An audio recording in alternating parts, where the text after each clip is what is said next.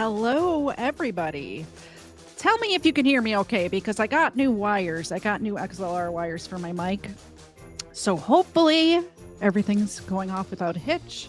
The Xenacam or AvaCam today was not working until literally 3 seconds before we started, but I think we're all good right now.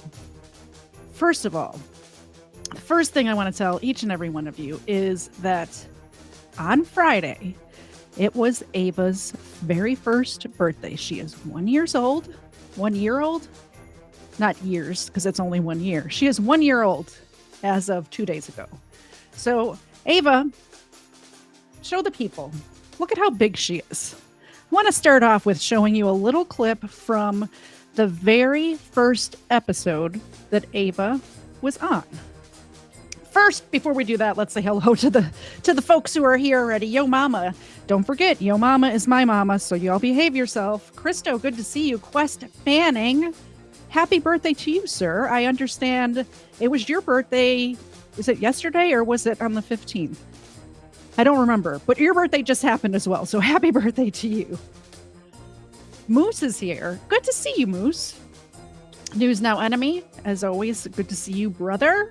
Erica, I'm so glad you're here today. Parson, good to have you.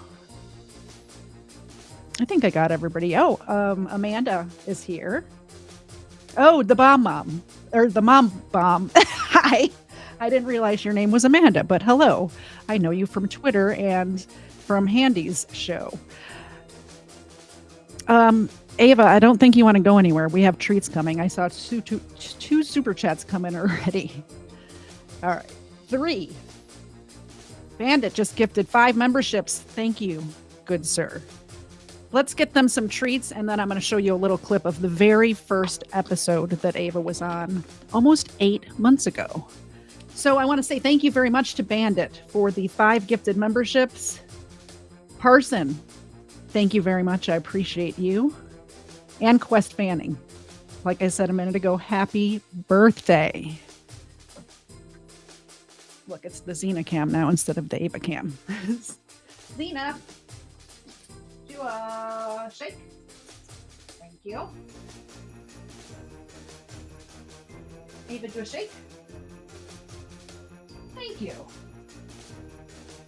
There's some more.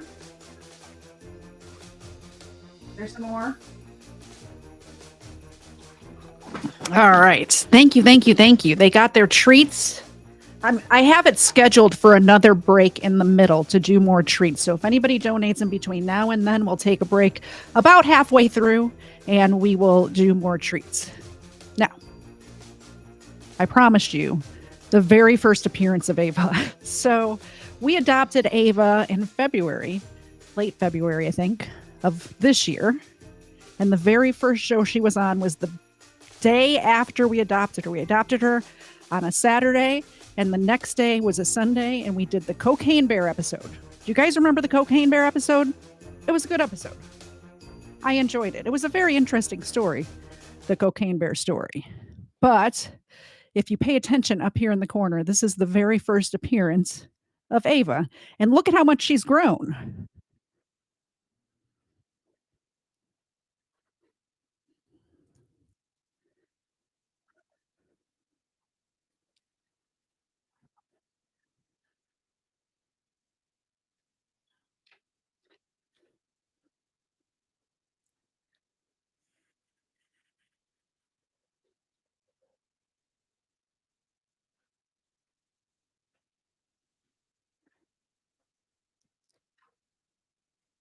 Oh, no sound? Really? No sound? Are you serious? All right, let me try it again. Sorry. Sorry. I will try again. I thought I clicked all the buttons in the right order. Apparently not. Click the button, share. Tell me if you have sound now. Camera angles. Training her young. It's like, no, this is my good side. Yeah. You gotta go this way.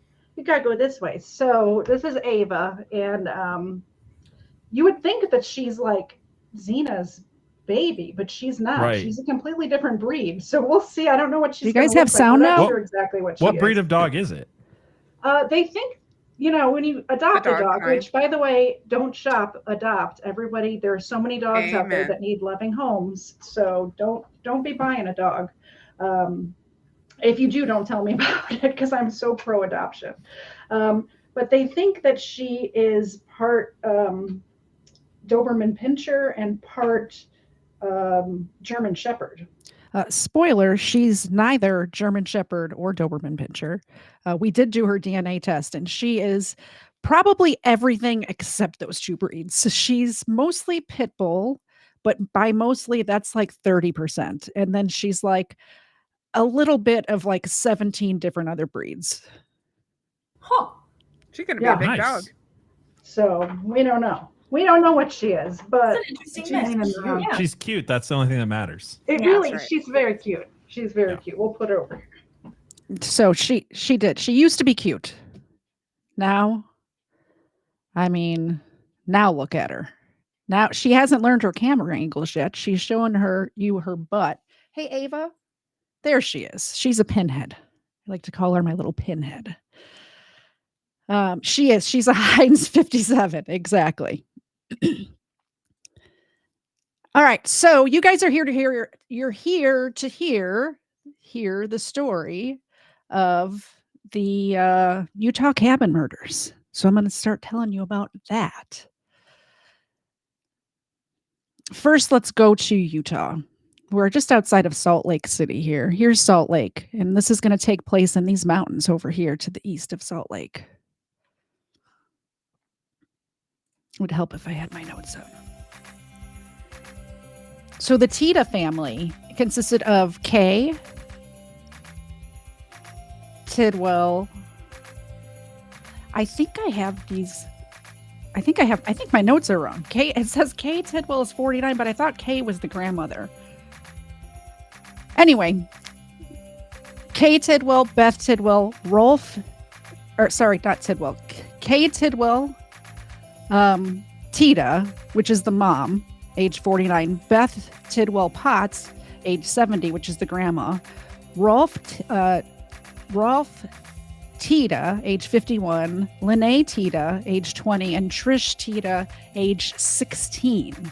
So this family has a cabin over here near Oakley, but like out here in the mountains where there's no town. So they're up here, and probably some of these cabins that are up here, when you zoom in on these hills, you'll see just little dots of cabins way off the road.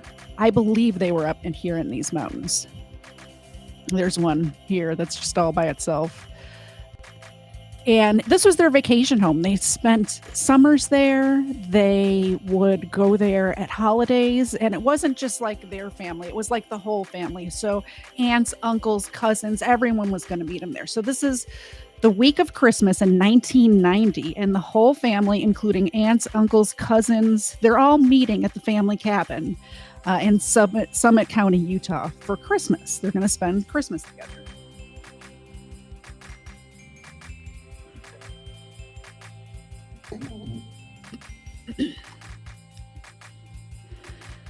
The Tita family traveled to Utah from their home in Houston, Texas for Christmas. The grandma actually lived in Salt Lake, which you can see is about an hour away over here, Salt Lake City.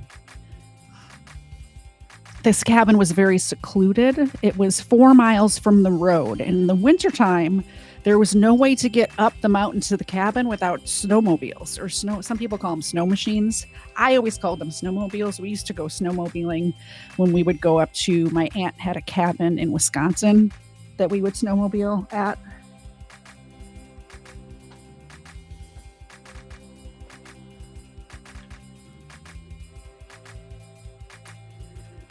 So they would park down by the road, and to get to the cabin, they had to get onto snowmobiles and go up to the cabin. And they had like little sleds that they pulled behind to bring like the groceries up, or like anything they were doing up there, like anything they needed.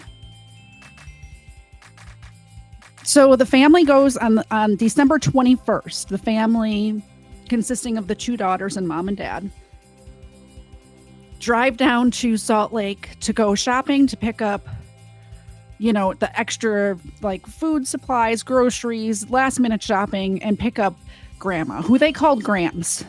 So Grams had been in a car accident recently, and she was slowing down, and they were all they were looking forward to spending Christmas with Grams because, like I said, she lived in Salt Lake. They lived in Houston.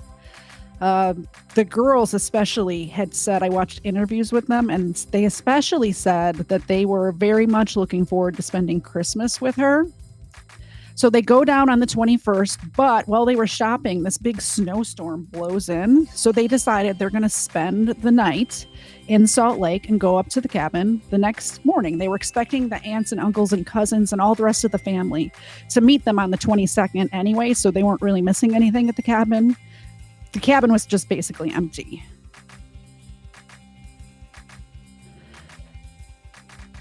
So the morning of the 22nd, Mom, Grams, Lene, who's the older sister, go back to the cabin first. They load up the stuff that they shopped for the day before.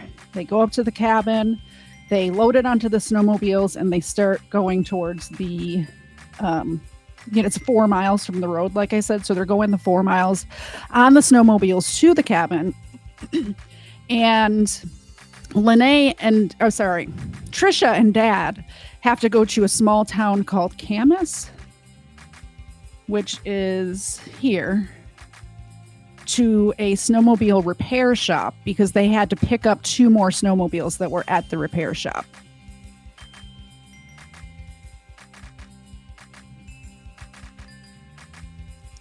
When the 3 women, the daughter, grandma, mom, arrive at the cabin, Lene, the daughter, runs inside almost immediately because she didn't have good gloves on. So she wanted to go warm up her hands under hot water before she went out and unloaded the snowmobile sleds and stuff. So she runs inside to go to the kitchen sink. And as she goes inside, out of the corner of her eye, she sees like a gray something go past her. In her head, she's thinking it's one of her cousins got there early. Like, oh, good, Christmas is starting. This whole holiday is starting. We're going to get, we're going to get to partying. We're going to get to our Christmas, right? Turns out it was not her cousin, unfortunately. It was Von Lester Taylor, and Edward Deli was right behind him. Here's the family. There's Lene and Trisha at the time. And then this is Grandma and Mom and Dad.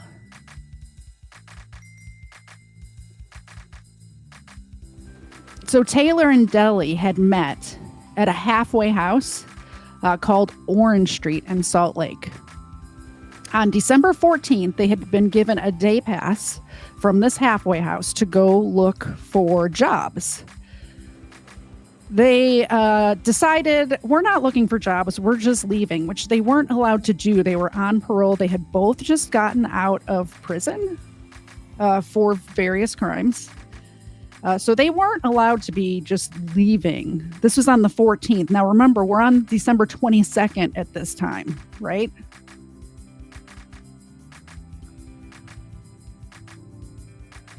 This is Von Lester Taylor, age 25. And this is Stephen Deli. He was 21 at the time. Like, look at how creepy this guy is, right? So they walk away. Taylor and Deli hitchhiked to Summit County. Taylor's family owned a cabin in Beaver Springs, so he was kind of familiar with the area.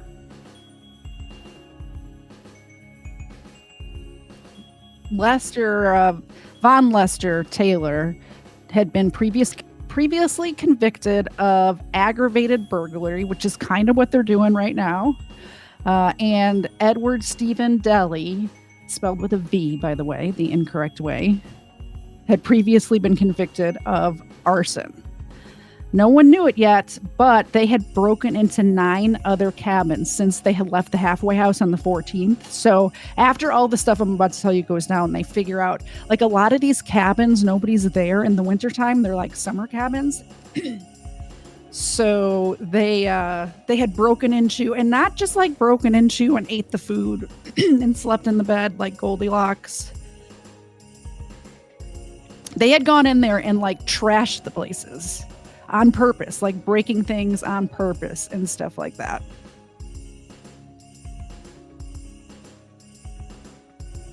They broke into the Tita cabin shortly after the family left the day before, so they had been living in that house for about 24 hours by the time Lene walked in on them that day. Taylor and Deli had helped themselves to food. They had even opened Christmas presents. They opened all the Christmas presents under the tree. Basically stealing Christmas for this family. I have a little video here of them actually. They videotaped themselves opening the presents, guys. It's so creepy. I put out a short yesterday of this, but it is like the creepiest thing ever. I don't know. Okay. I don't think I got all of this. You got a light flashing on it from that. I don't know. Find out. How am I supposed to find out? Where's the instructions? And Lene. Come on, pass something. Oh, wow. What is it? Baseball card.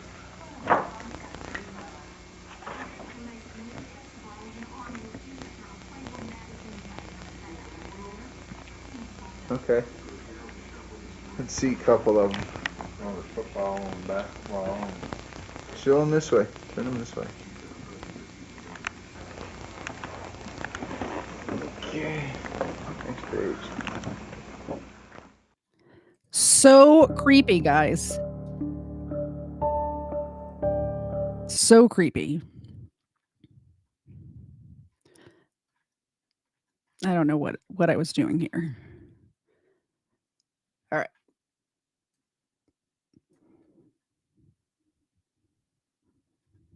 So they ask Lene. So here's where we're at. They, Lene comes in. She's like making a beeline up the stairs and to the kitchen sink to warm up her hands under hot water. And this guy, Taylor, comes up behind her, holds a gun to her head, and says, "Who else is with you?" And she tells them, she tells them, "It's my mom and my Grams is with me." And right as she's telling them that, Grams and mom walk in and start coming up the stairs with the first load of stuff. Let's get the cheery music back on. This is a lot. A little Christmas music.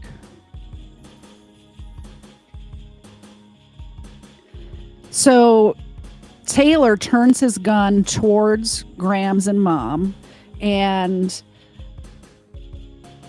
Deli is still holding the gun on Lene.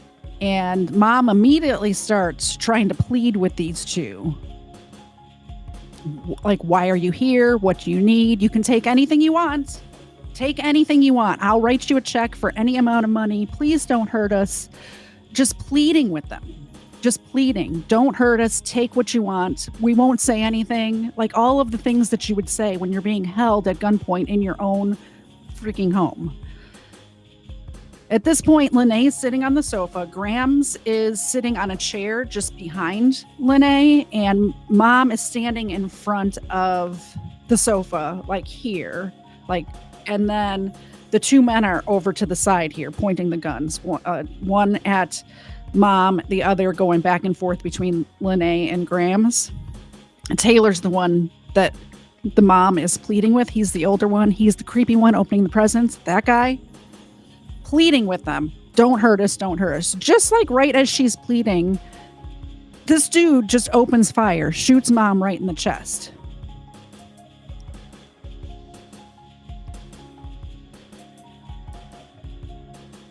Of course, Lene's in shock. Grandma's probably screaming, crying, watching her daughter get killed in front of her. Right as that happens, they turn the gun towards the grandma and open fire on grandma as well.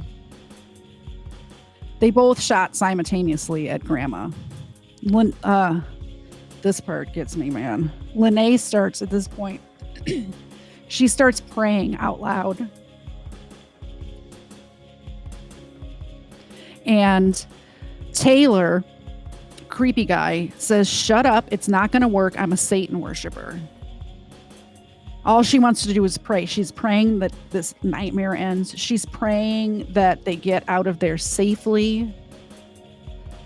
Taylor and Deli drag both Beth and Kay out to the deck and cover them up with blankets on top of them, and then snow on top of the blankets to sort of cover up. But there's obviously blood all over the living room, so it's not really covering it up that much. About this time, Trish and her dad, they're at the snowmobile repair shop, and all of a sudden, like, Dad's at the counter. From what I understand from the interviews I watched, Dad's at the counter, and Trish is like on the floor models out in like the showroom area, and she gets this like feeling of dread come over her all of a sudden, and she like walks up to her dad, interrupts him while he's talking to the guy, like paying for the snowmobile repair or whatever they're doing, and says, something's wrong. Something's really wrong. I don't know why. I just have this immense feeling of dread. Something's wrong with grandma. Something's wrong with mom. They stop the transaction, and like the dad believes her and calls the cabin. When the phone rang, Taylor got angry and ripped the phone off the wall. So it's just ringing and ringing, and then goes dead. So Dad hangs up, calls back, and then it's just going to a busy signal. Do you guys know what a busy signal is, or am I just super old? I don't think phones have busy signals anymore. It just goes straight to voicemail.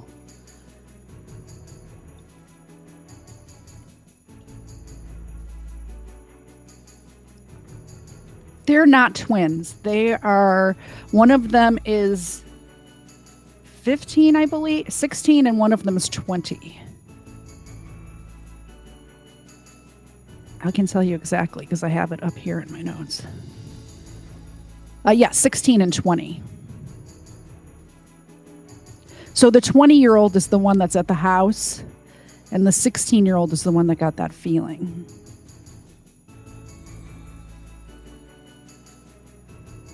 So the dad calls back. It's a busy signal. Rolf and Trish, so Dad and the other daughter, immediately left the repair shop. They didn't even pick up the snowmobiles, and they start going back to the cabin because they're like, something is really wrong. And they were thinking that it was like, because Grandma was pretty old and had been in that car accident that I told you about. So they're like, did something happen? Did she fall on the stairs? Did she fall off the snowmobile? Because it's a 4-mile ride on the snowmobile to even get to the cabin. They just think something's wrong. We got to go see what's up.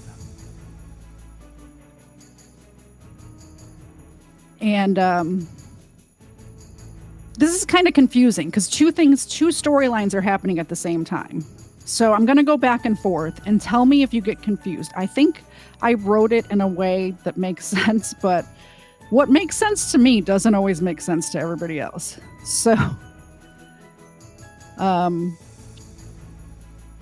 Rolf and Trish headed back to the cabin. Taylor told Lene to pack a bag because you're coming with me, you're coming with us, and we're got to get out of this state. So as she's packing the bag, she hears the snowmobiles coming up the road, and she's like, oh no, that's Dad and Trish. And she knows what's going to happen because she saw what happened when her mom and grandma walked in. So as they pull up, the men meet them in the driveway, tell them to shut up and come into the garage. Rolf immediately takes his wallet out, gives the guys all the cash that he had. It does basically the same thing Mom was doing, saying, take anything you want, anything I can give you. He has no idea where his wife and his mother-in-law are right now. He has no idea that they're dead. He just knows that they're holding him and his one daughter at gunpoint, and his other daughter is being basically held captive by the other guy. Deli. So, okay. They make Rolf take his snowsuit off, and then Taylor told Deli to shoot him. Deli was shaking and hesitant, and Taylor yelled at him again, shoot him now. Deli wouldn't shoot him, so Taylor aimed his gun and pulled the trigger. The gun didn't go off. It just clicked. He pulled the trigger again. It clicked again. Nothing comes out. The third time he pulls the trigger, the gun went off. It hit Rolf in the head. This is in the garage. Taylor then grabs gas cans and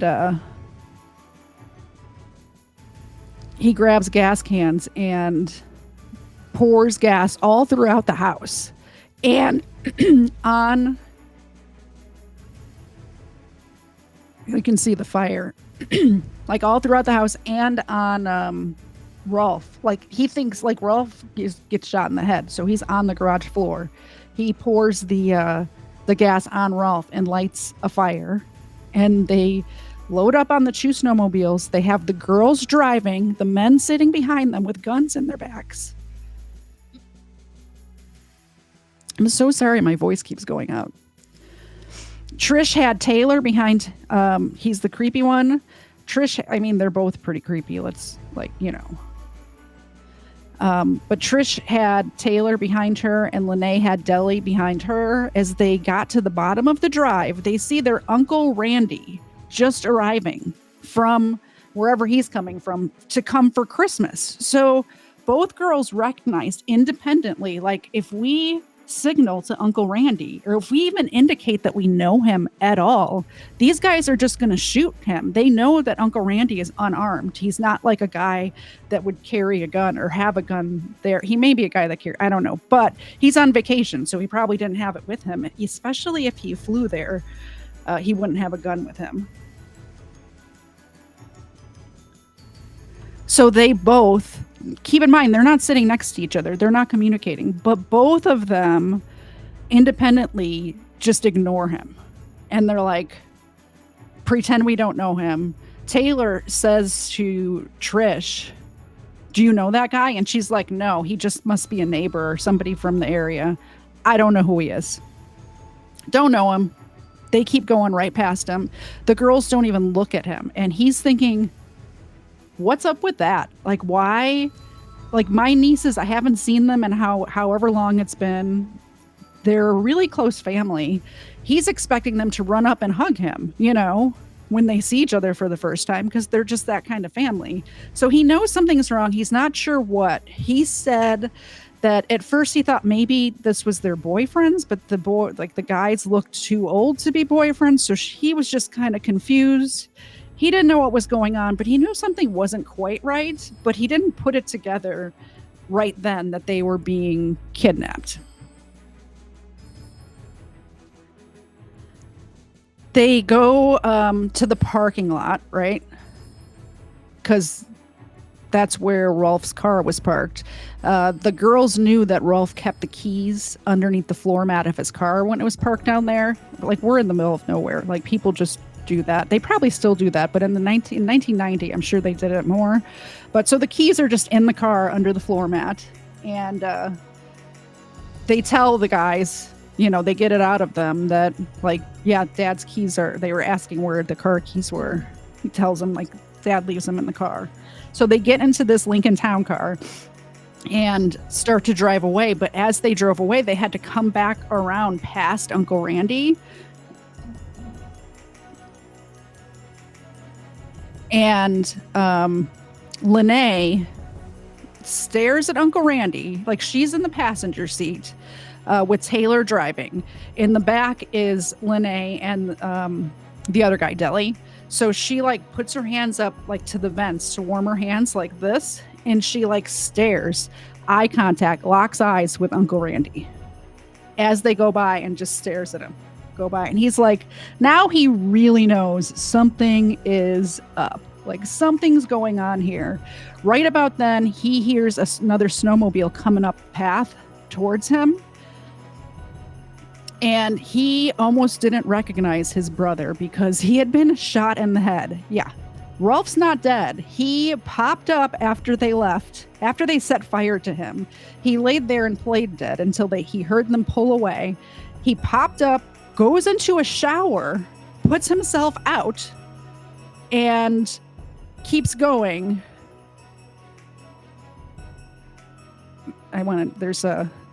There's some really graphic pictures, but you can see the blood in the shower here. So he's been shot in the head. He jumps in this little shower to put himself out because they set him on fire.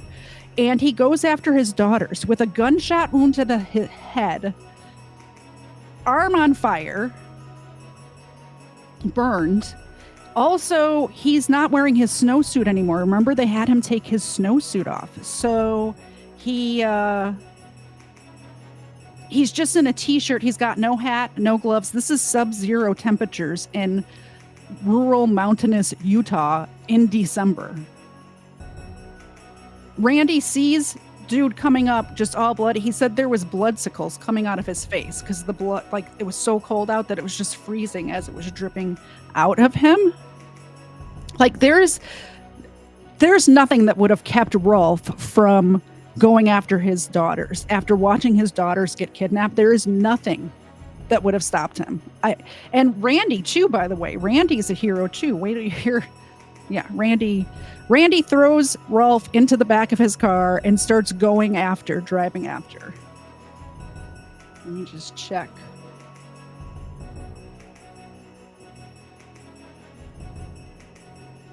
Okay. That was my halfway point to check to see if we had any more super chats, which we don't, which is fine. Zena's sound asleep anyway.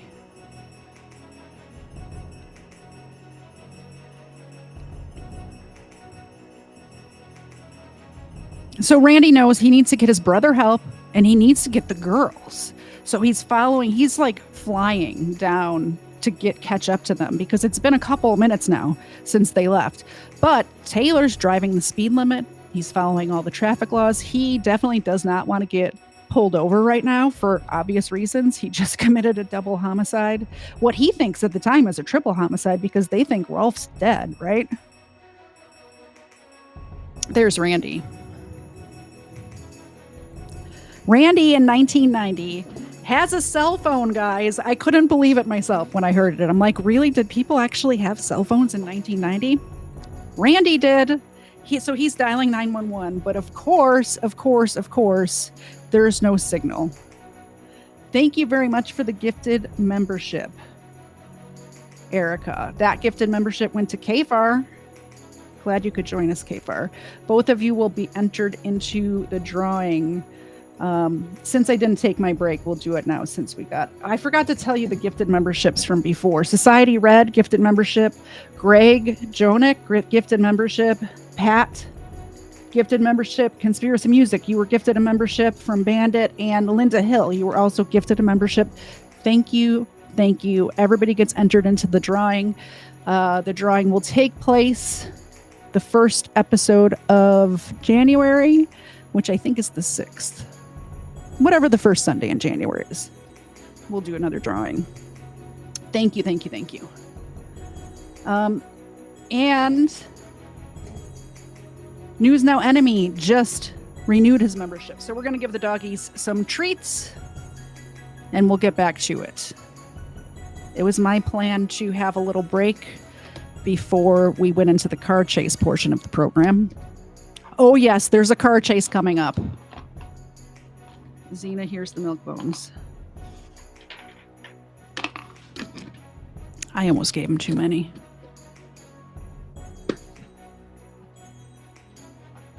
Okay, Xena. You ready? Look at how pretty she's sitting. Hi, Xena. Ava, do you want to jump up here?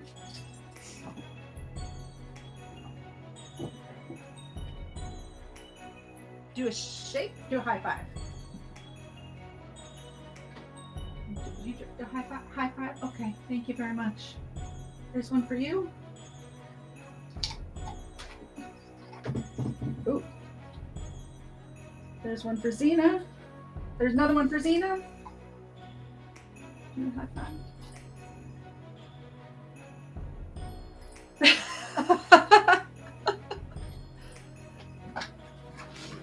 Thank you, thank you, thank you.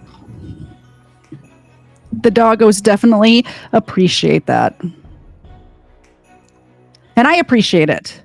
It was literally minutes before the show started that I got the Xena Cam to be working. So every single penny is going towards getting a new Xena Cam. I guess it's a Xena and Ava Cam now, but it really started off as just the Xena Cam. And, you know, Ava's kind of a terrorist, so she doesn't get a cam. Isn't that right, Ava? Yes, she is. She won't let you know, but she's a terrorist.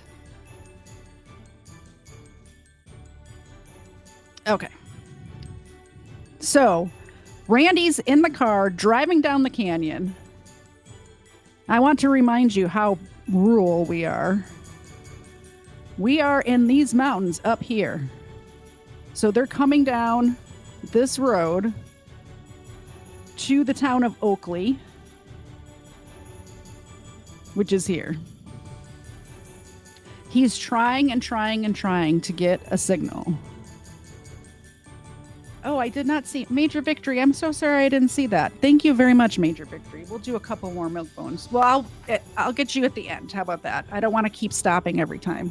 I'm sorry I missed that, but I'm going to put them out so I remember to get you at the end. And anybody else who donates, we'll get them at the end.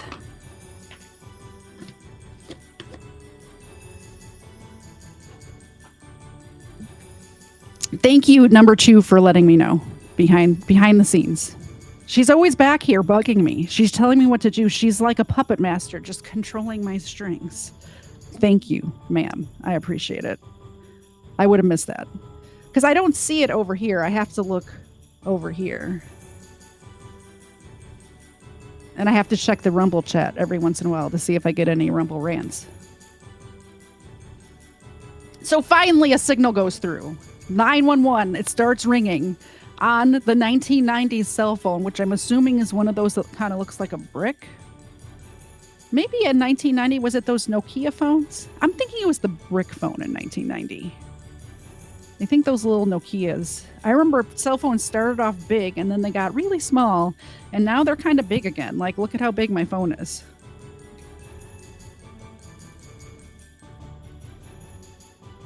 Finally gets a signal. He tells the 911 operator, my brother's been shot in the head. My nieces have been kidnapped. I need a helicopter life flight now. And I'm following this car, and he's giving them the play-by-play of like where the car is going, which is basically just down this road. I'm assuming he gets signal somewhere in here, getting up to this town. But right as he gets that information out, before the 911 operator can even respond to anything, the signal drops. The line goes dead.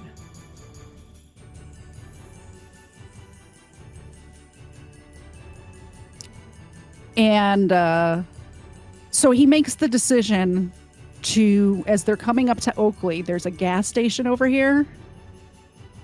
And he makes the decision. He sees them turn south. The town car with the girls and the kidnappers / murderers, the guys who shot his brother in the face, who's bleeding in the back seat. He sees them turn south, and he makes the decision because he knows there's not anywhere to go on this road going south. It's not like there's a million escape routes. He stops at a gas station to use a payphone. Remember payphones?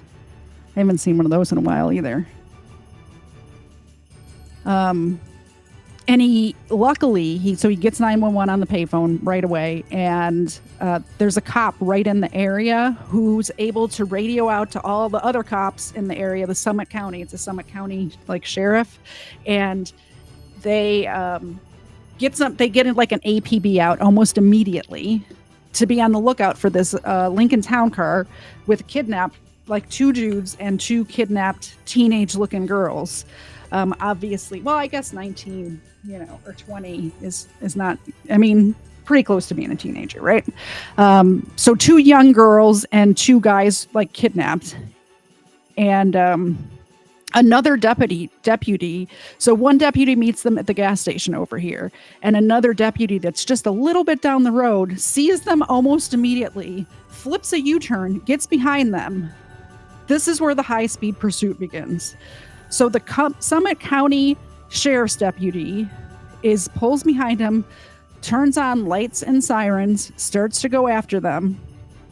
And they were driving the speed limit like the whole way until this happens. Then these dudes step on the gas. They got up to 100 miles an hour on these December Utah snowy, curvy roads, going 100 miles an hour, with the two girls like freaking out, thinking that like they're going to they think they're going to die again because they're going 100 miles an hour down this road. They hit a guardrail. This, by the way, this chase goes on quite a while. Many other law enforcement, there's like Utah State Police end up joining in. There's not only are there police involved in this chase, but there's locals involved as well to help the police, because it's one of those places where it's just rural, and when things like that happen, everybody jumps in and helps out. They hit a guardrail on one side, go across the highway, spin out, and go down the steep embankment. They end up hitting the bottom, and they're all like a little shocked, and it's silent for just like a beat. And then the girls hear these two talking about suicide. Taylor tells Deli, like, okay, we had said that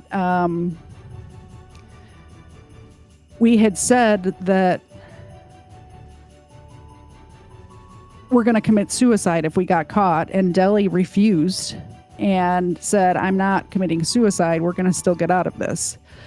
And he gets out of the car and starts opening fire on the police, who have now surrounded the vehicle. And there's just gunfire back and forth across the car. Lene and Trish duck down and they hold hands like across the center console, like, because one's in the front seat and one's in the back seat, right? So they're holding hands, and glass is shattering all around them because like there's bullets flying and hitting the windows. At one point, Lene feels Trisha go limp and like let go of her hand. So she thought that she had gotten hit by a stray bullet, which she didn't, thank goodness.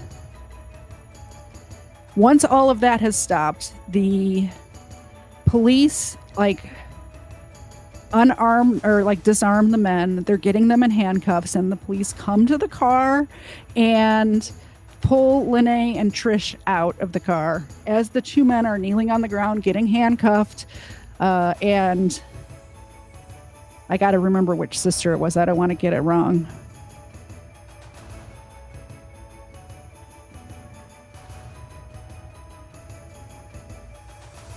Okay, so it was Lene. Lene, as they're getting out of the car, she's yelling at the officers, shoot them right now, shoot them in the head. They killed my mom, my dad, and my Grams. You need to kill them right now. I agree, Lene. I agree. I mean, I saw him reach for another weapon. They didn't shoot him right there. But that's what happened. So as Lene and Trish are sitting in the back of the police car, they overhear on the radio that mom and grandma were found deceased at the scene, but their dad is on a life flight helicopter headed to University Hospital. So they start to pray in the back of the police car together. And this time there's nobody there to tell them it's not going to work, because it did work.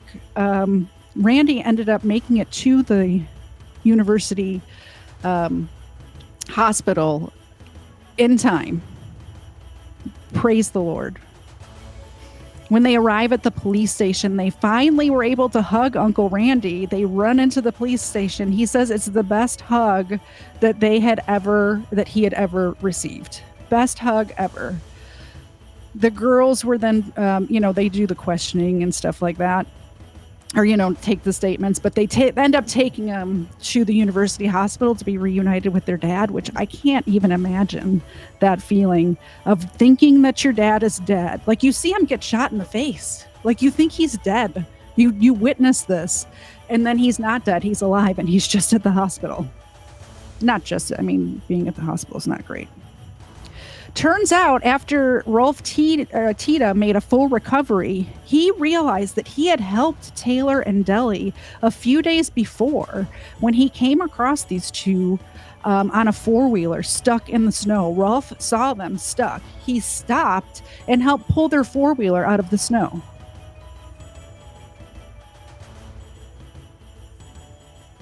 Let me get to the right.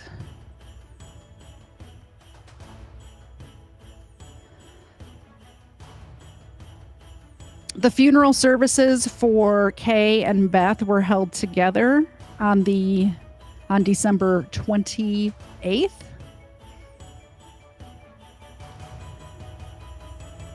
This is from the Deseret News.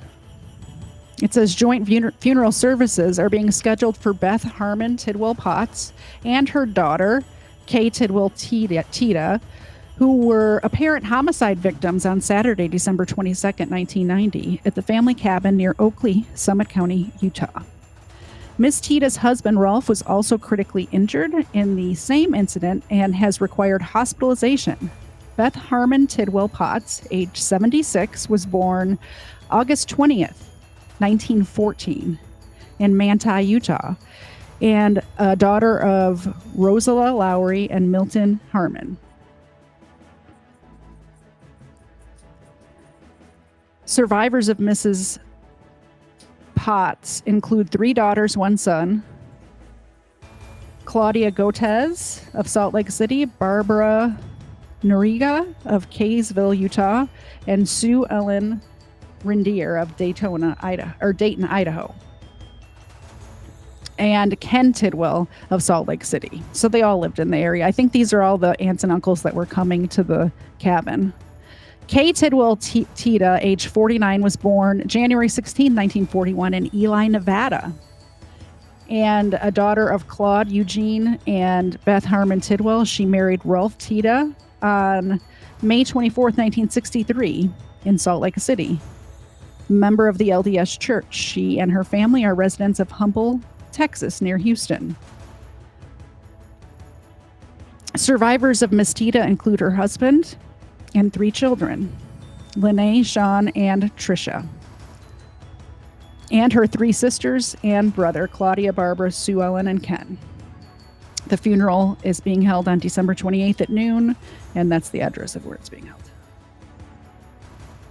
I got a little choked up reading that, guys. Just the part where it says she survived by her husband, because thank goodness those girls had their dad, you know?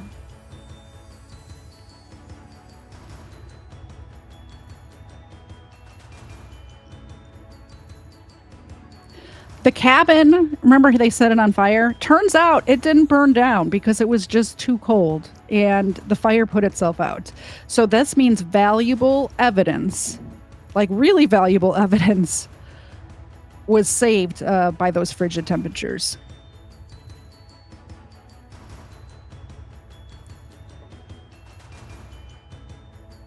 Oh, this is the part I wanted to show you. So I'm going to run through these photos a little bit.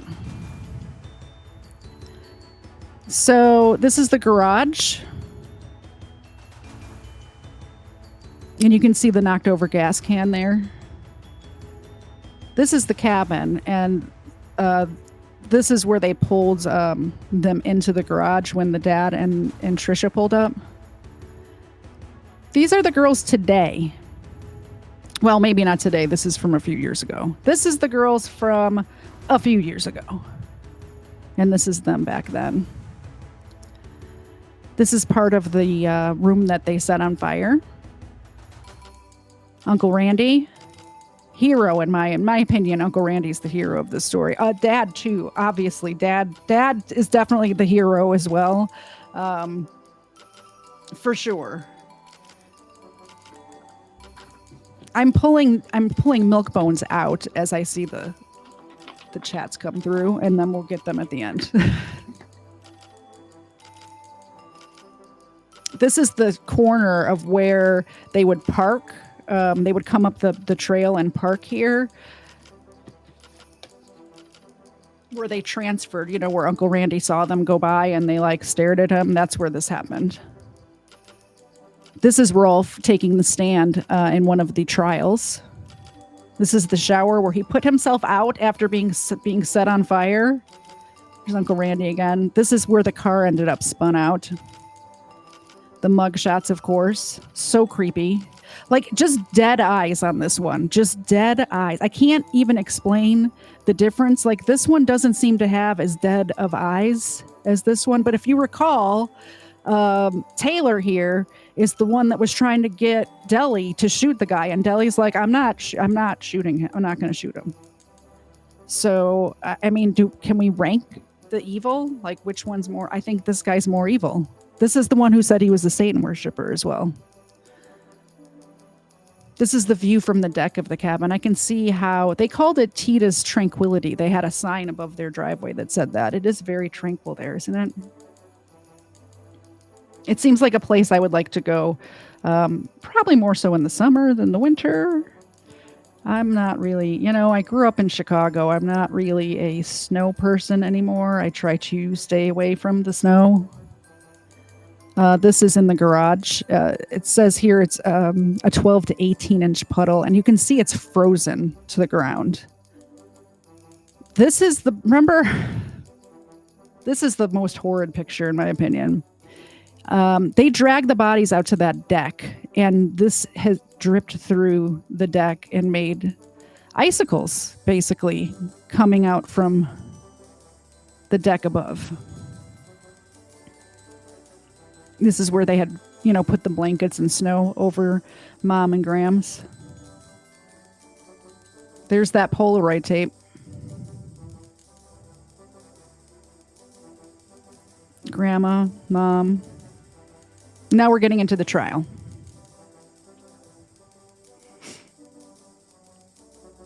So Taylor pled guilty to 2 counts of capital murder, and the judge sentenced him to death. But in March of 2020, a federal judge overturned the death row, or the death sentence, which is crazy to me. It says here, a federal judge has vacated the death sentence of condemned killer Von Lester Taylor. I'm getting such a stack of dog biscuits over here. Such a stack. Yeah, they hear me getting them out. You'll get them in a second. Let me read this. I'll give them to you in a second.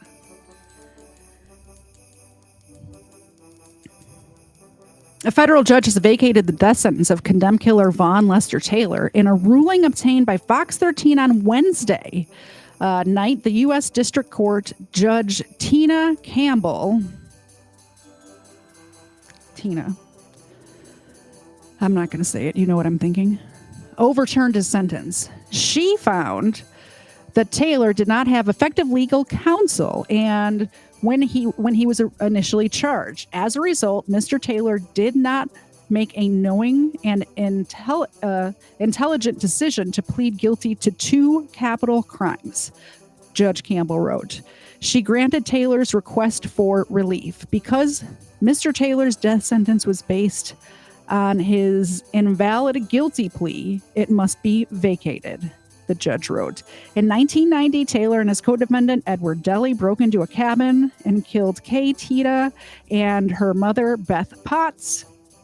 The men kidnapped Lene and Tricia Tita and shot their father, Rolf. They set the cabin on fire and fled. After a high-speed chase, both men were arrested in 1991. Taylor pled guilty to capital murder and was sentenced to execution. So this happened in, what did I say? 2020? Good news, guys. I have very good news for you. Because in 2021, the appeals court said, nah, we're going to kill him. Like, nah, we're not doing that, Tina, whatever your name is, Judge Tina. We're not doing that. Federal appeals court reinstates the death penalty for convicted Utah man. There he is today, by the way. Still has pretty empty eyes, in my opinion.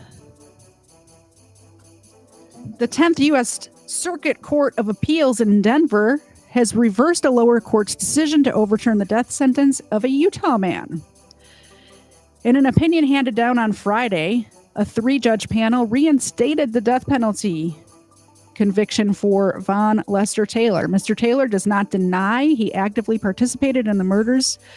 To answer the question of whether he can be actually innocent of the crime, he cannot. Mr. Taylor is not innocent in any sense of the word. Judge Timokovich,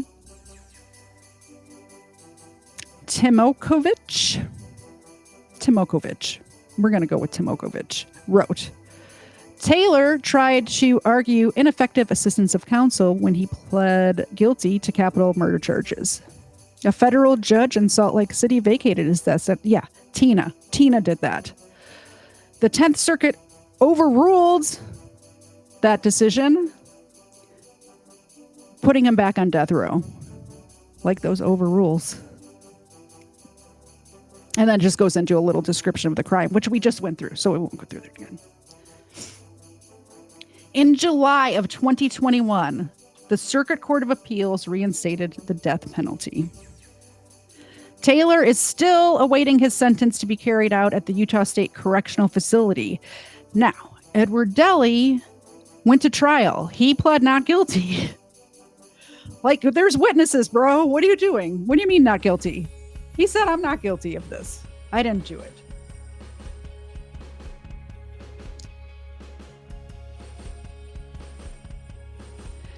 He went to trial. He was convicted of 2 counts of second-degree murder. Turns out there was only one juror. They were trying him for first-degree murder, but there was one juror that's said that held out, that didn't want to do the.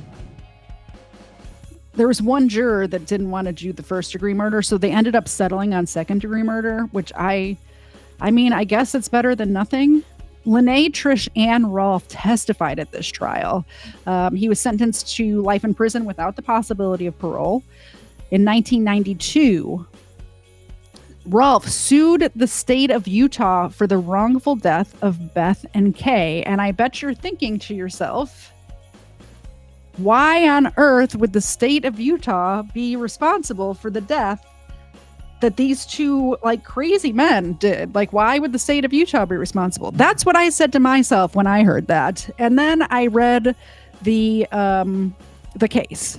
And guys, Rolf's got a point, right? Okay, so basically, to sum it up, Rolf is saying that these 2 guys went missing from the halfway house on December 14th.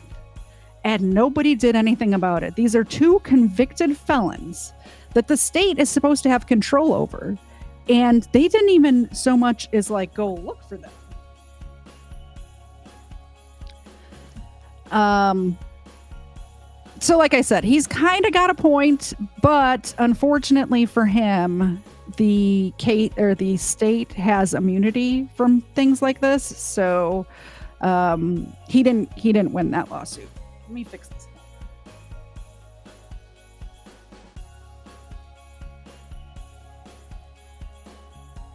There she is.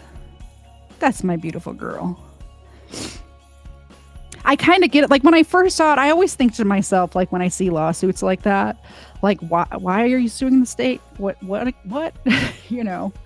But that kind of makes sense. You lose 2 inmates on December 14th and they don't do anything about it until they kill my family. That's when you're going to do something. That's when something happens, after they kill my family. So the family rebuilt the cabin and they still use it today. Rolf unfortunately passed away from pancreatic cancer in 2008. There he is. Hero. Rolf is a hero. In between those years, though, he got to watch his daughters walk down the aisle, or he got to walk his daughters down the aisle. He got to meet his grandchildren. He got to make many, many more wonderful memories at that cabin They kept the cat. Did I say they kept the cabin and they refinished it? They redid the cabin and they still go there today. The two daughters, one of them has, I think they said like 8 kids. The other one has 2. They take their families up there for family retreats, just like they were doing that day in 1990. All right, I'm going to put the link in the chat in case anybody wants to call in and talk about this case. If you do, come on up and we can talk about it. If you don't, that's okay too. I'm going to do my commercial and then we'll take a call or two and we'll get going. What did you guys think of this story? It was kind of crazy, right? Thought it was kind of crazy. So this show is brought to you by nobody but me. I forgot to get my link ready. Let's get the link ready. If you like what I'm doing here, do a little donation, do a little, you could do a Rumble rant. You can do, which I should probably check to see if anybody did that. Nope. It's showing me I have people on Rumble. Nobody's talking over there. You could buy merchandise. We have all of the merchandise here. The discount code for December is IGGY5. That's IGGY 5. It's because Steven Ignoramus's merchandise is up here as well. You can get his merchandise. You can get my merchandise. Lots of cool stuff. We just got this notebook in if you want to take notes while we're talking about crime. It's a good deal. And of course, we have the True Crime with Xena merchandise. True Crime with Xena featuring Katie said. That's me. I love this design. I made this design. It's probably why I like it. I'm the one that made it. Because Xena's always sleeping. Like, look at the representation. Look at how much it looks the same. There's her sleeping. There's her sleeping on the t-shirt. There's her sleeping. There's her sleeping on the t-shirt. Speaking of, we're going to give them some dog treats. I appreciate all of the support very, very much. Let me scroll back and do the super chats. I don't think anybody's calling in today. Nobody's coming up. That's fine. I get it. If you do want to, the link is there. I'll put it again. Major victory. Thank you very much, sir. No note, just a sticker. Appreciate that. Oh, hey, Xena. There you go. Ava, do a high five. Do a shake. Do it. Do it. All right. I think I did News Now Enemy already. Chicker 70. This is for... Thank you for becoming a member. I appreciate that. Xena. Do a handshake. Good girl. And this one. Do a handshake. Do a handshake. Do a handshake. And I think there was one or two more. Handy. Thank you very much for the doggo cam. I appreciate that very much. There's one for Xena. There's one for Ava. And Big Bork, Little Bite. I appreciate your support always.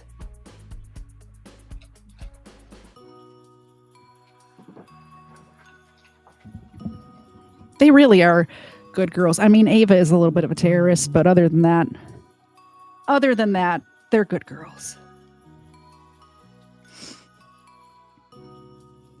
Oh, yeah, my brother's pointing out becoming a member helps as well. I appreciate it. Thank you, Handy. I'll take a look. I might get a better camera for me and give them my camera. We'll see. I'm better with the audio stuff than I am with the camera stuff. I don't know what I'm doing. So I appreciate all the help.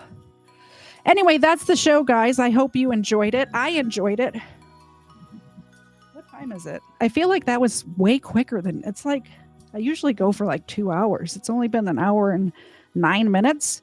It was a quick episode. What can I tell you? It was a pretty straightforward story. I'm so glad. Like the fact that their dad was able to do all those life moments with them just makes me so happy. I miss my dad, guys, especially around the holidays. I miss my dad. Anyway, that's kind of a downer. What am I doing? I'll see you guys next time. Oh, next time. I forgot to tell you what's happening next time. On the December 24th, which is Christmas Eve, I'm going to do an episode for you. I'm going to do the Jeremy by Pearl Jam, the story behind Jeremy. December 31st, which is New Year's Eve, 4:30, so it won't interfere with your New Year's plans, but we're going to do the Nirvana song Polly. Also has a very dark backstory. I'm going to tell you all about it. Oh my goodness, Big Bork Little Bite doesn't want me to leave. Xena gets another treat. Don't forget, everybody who donated gets a entry. If you donated or if you became a new member today, you get an entry into the drawing. And all new members, we do a game night once a month.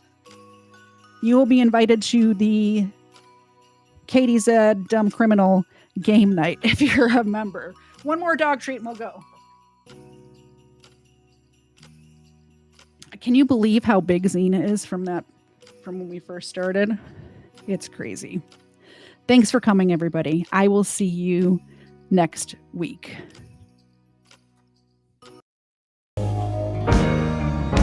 I can't understand what you're saying. We're late stage in the catacombs. Shuffling a single card today. Broken table trying to play some ping pong. It's not subtle when we celebrate a magazine with the pages torn. My body cracks, knees buckling. I got a bad case of brain fog. Said I got a bad case of brain fog. So I'ma take my butt